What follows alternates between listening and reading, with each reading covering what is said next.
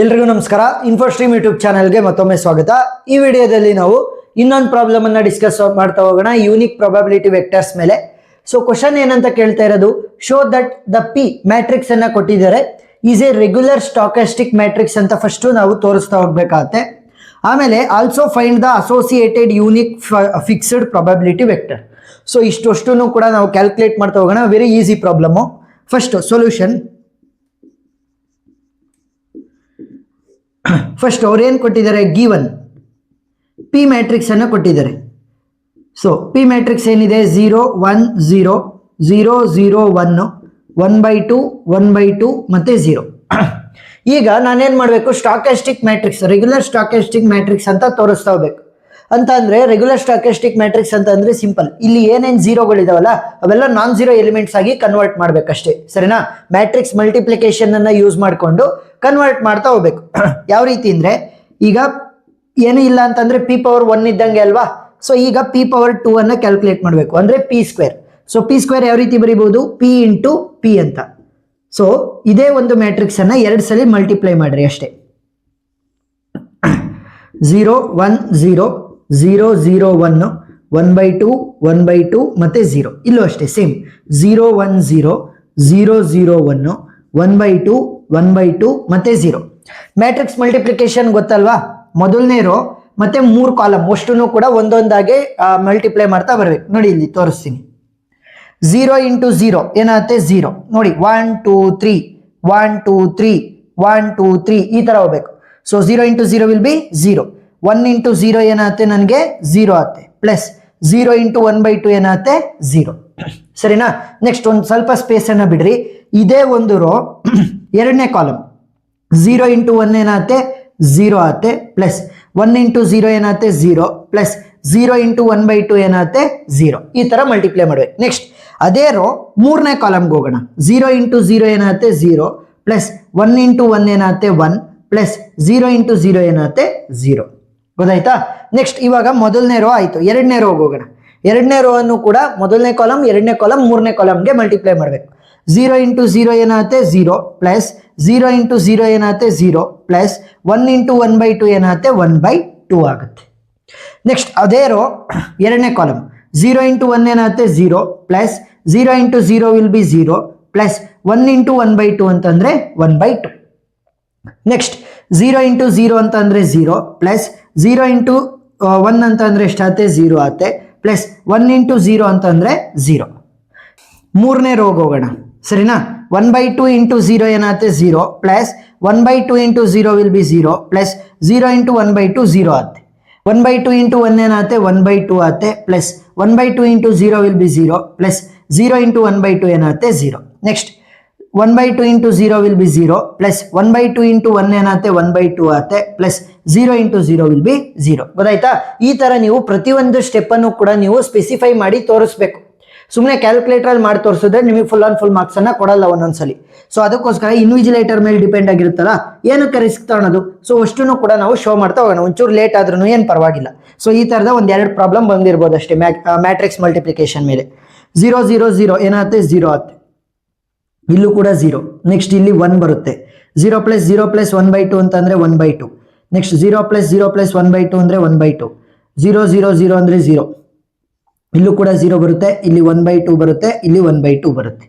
So ಈಗ ಇಲ್ಲಿ ನೋಡಿದ್ರೆ ನೀವು ಇಲ್ಲಿ 0 0 0 0. ಸೊ ಝೀರೋಗಳು ಇದಾವೆ ಇನ್ನೂ ಕೂಡ. ಸೊ ಆ 0 ಎಲ್ಲ ಹೋಗ್ಬೇಕು ಅಂತ ಅಂದ್ರೆ ಏನ್ ಮಾಡ್ಬೇಕು, ನೆಕ್ಸ್ಟ್ ಮತ್ತೆ p⁻3 ಅನ್ನ ಕ್ಯಾಲ್ಕುಲೇಟ್ ಮಾಡ್ತಾ ಹೋಗ್ಬೇಕು. ಸೊ p⁻3 ಯಾವ ರೀತಿ ಬರೆಯೋದು, p² into p. So p² value ನನಗೆ ಇಲ್ಲಿ ಆಲ್ರೆಡಿ ಗೊತ್ತಿದೆ, ಇಂಟು p ಅನ್ನ ಮಾಡ್ಬೇಕು. ಸೊ p² ವ್ಯಾಲ್ಯೂ ಏನಿದೆ ಅದನ್ನ ಸಬ್ಸ್ಟಿಟ್ಯೂಟ್ ಮಾಡ್ರಿ. 0 0 1 1/2 1/2 0 0 1/2 1/2. ಸರಿನಾ?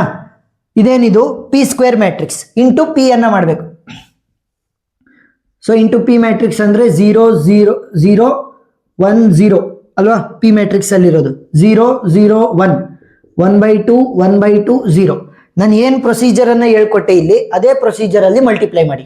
ಈಗ ನೋಡಿ p⁻3 ಅನ್ನ ಕ್ಯಾಲ್ಕುಲೇಟ್ ಮಾಡಿದಾಗ್ಲೂ ಕೂಡ 2 0 ಹಂಗೆ ಉಳ್ಕೊಂಡು, ಸೊ p⁻4 ಅನ್ನ ಕ್ಯಾಲ್ಕುಲೇಟ್ ಮಾಡಬೇಕು. p⁻3 ಇಂಟು p ಗೊತ್ತಾಯ್ತಾ? p⁻3 ವ್ಯಾಲ್ಯೂ ಇಲ್ಲಿ ಬಂದಿದೆ, ಇಂಟು p ಅನ್ನ ಮಾಡಬೇಕು. ಸೊ p ವ್ಯಾಲ್ಯೂ ನಮಗೆ ಆಲ್ರೆಡಿ ಗೊತ್ತಿತ್ತು. ಮತ್ತೆ ಮಲ್ಟಿಪ್ಲೈ ಮಾಡಿದಾಗ ಇನ್ನೂ ಒಂದು 0 ಹಂಗೆ ಉಳ್ಕೊಂಡಿತ್ತು. ಸೊ ಅದಕ್ಕೋಸ್ಕರ p⁴ ಇಂಟು ಪಿ ಅಂತಂದ್ರೆ p⁴ ಅನ್ನ ಕ್ಯಾಲ್ಕುಲೇಟ್ ಮಾಡಿದ್ವಿ. ಸೊ ಇಲ್ಲಿಗೆ ಸ್ಟಾಪ್ ಆಗುತ್ತೆ, ಸರಿನಾ? ಸೊ ಏನಂತ ಕನ್ಕ್ಲೂಡ್ ಮಾಡ್ಬೋದು, therefore P is a regular stochastic matrix, regular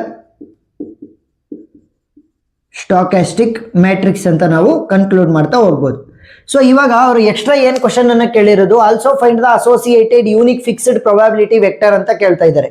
so ಅದಕ್ಕೋಸ್ಕರ ಬರಿತಾ ಹೋಗೋಣ ನೋಡಿ. ಇಲ್ಲಿ ವೆಕ್ಟರ್ ವಿ ಅಂತ ತಗೊಂತ ಹೋಗೋಣ. Vector v is equal to x comma y comma z ಅಂತ ತಗೊಳ್ಳೋಣ, where x plus y plus z will be equal to 1. So ಇದನ್ನ ಈಕ್ವೇಶನ್ ನಂಬರ್ 1 ಅಂತ ತೊಗೊಳ್ಳಿ, ಸರಿನಾ?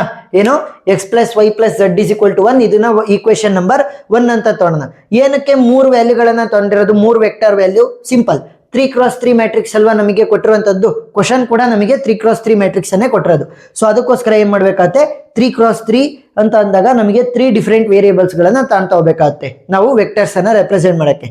ಫಸ್ಟ್ ಇದನ್ನ ಸ್ಕ್ರೀನ್ ಶಾಟ್ ತಗೊಳ್ಳಿ, ಪ್ರೊಸೀಡ್ ಆಗ್ತಾ ಹೋಗೋಣ. ವೆಕ್ಟರ್ ವಿ ಅಂತ ತಗೊಂಡಿರೋದ್ರಿಂದ ನಾವು ವ್ಯಾಲ್ಯೂಗಳನ್ನ ಕಂಡುಹಿಡಿಬೇಕಷ್ಟೇ, ಎಕ್ಸ್ ವೈ ಝಡ್ ವ್ಯಾಲ್ಯೂನ ಕಂಡುಹಿಡಿಬೇಕು. ಸೊ ಅದಕ್ಕೋಸ್ಕರ v a is equal to v ಅಂತ ತಗೊಂತ ಹೋಗ್ತೀವಿ. ಬಟ್ ಇಲ್ಲಿ ಮ್ಯಾಟ್ರಿಕ್ಸ್ ಎ ಏನಾಗಿದೆ, ಪಿ ಇಂದ ರೆಪ್ರೆಸೆಂಟೇಷನ್ ಆಗಿದೆ, ಸರಿನಾ? ಸೊ ಎ ಜಾಗದಲ್ಲಿ ನಾವು ಪಿ ಅನ್ನ ಯೂಸ್ ಮಾಡ್ತೀವಿ, ಗೊತ್ತಾಯ್ತಾ? Matrix representation v into P is equal to v. V ಅಂತ ಅಂದ್ರೆ ಏನು, ವಿ ಜಾಗದಲ್ಲಿ ನಾವು ವೆಕ್ಟರ್ಸ್ ಬರೀಬಹುದು x y z.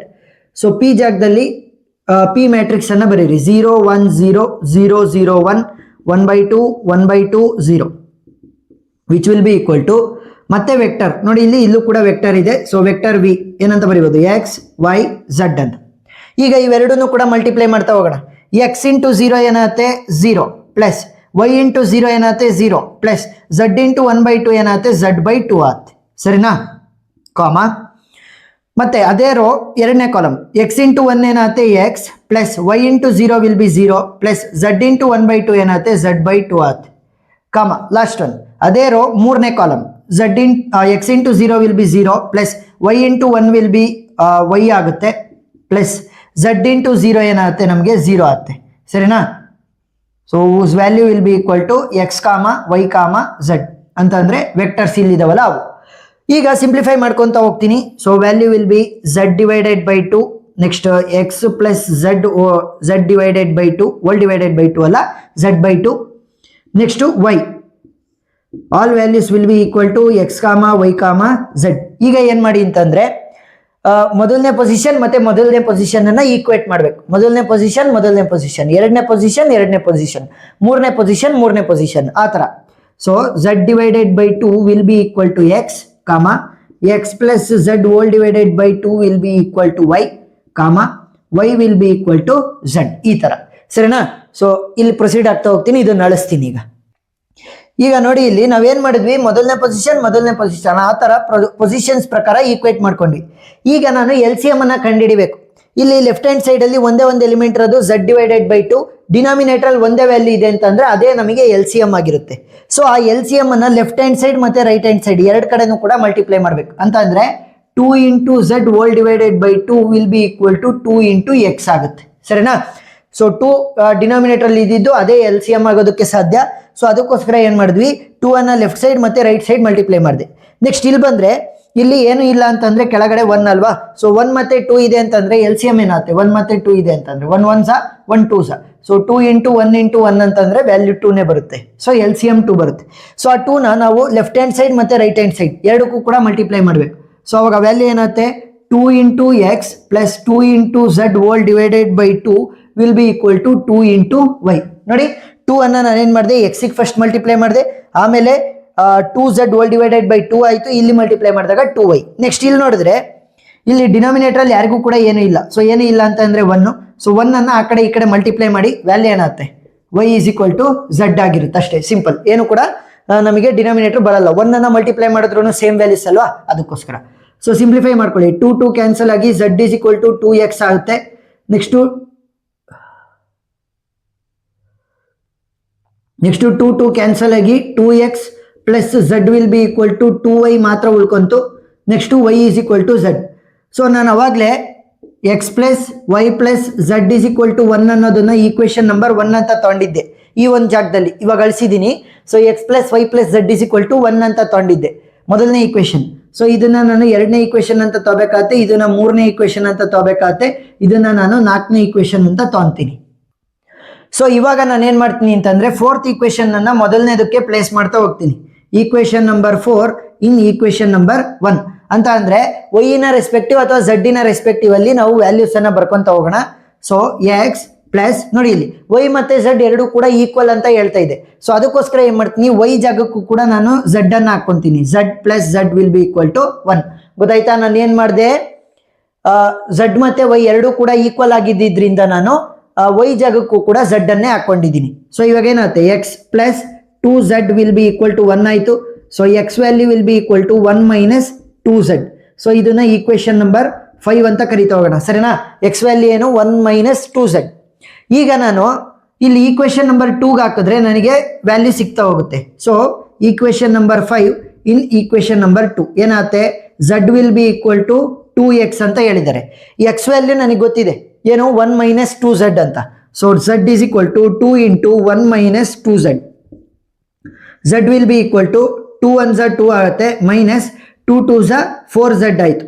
So 4z ಅನ್ನು ಈ ಕಡೆ ತಂದ್ರೆ ಏನಾಗುತ್ತೆ, plus 4z plus z will be equal to 2 ಆಯ್ತು, ಸರಿನಾ? ಇಲ್ಲಿ ಮೈನಸ್ 4z ಇತ್ತಲ್ಲ, ಅದನ್ನ ಈ ಕಡೆ ತಂದೆ, ಅವಾಗ ಏನಾಗುತ್ತೆ, ಪ್ಲಸ್ 4z ಆಗುತ್ತೆ. ಸೊ 4z ಪ್ಲಸ್ 1z ಅಂತಂದ್ರೆ 5z value will be equal to 2. So z value ಮಾತ್ರ ಬೇಕು. So z is equal to 2 divided by 5. So z value ಗೊತ್ತಾಗಿದೆ, ದಟ್ ಈಸ್ 2 ಡಿವೈಡೆಡ್ ಬೈ 5. ಮತ್ತೆ z value will be equal to y from equation number 4 ಅಲ್ವಾ?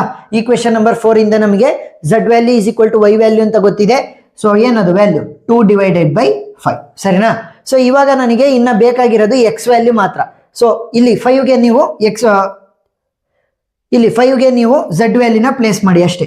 So z value in equation number 5.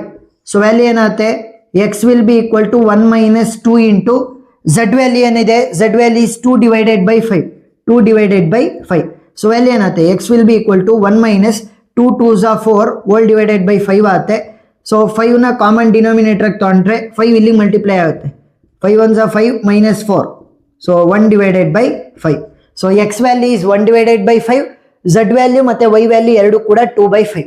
So vector ಅನ್ನ ಬರ್ಕೊಳ್ಳಿ. Vector v is equal to x ಜಾಗದಲ್ಲಿ 1 by 5, y ಜಾಗದಲ್ಲಿ 2 by 5, ಮತ್ತೆ z ಜಾಗದಲ್ಲೂ ಕೂಡ 2 by 5.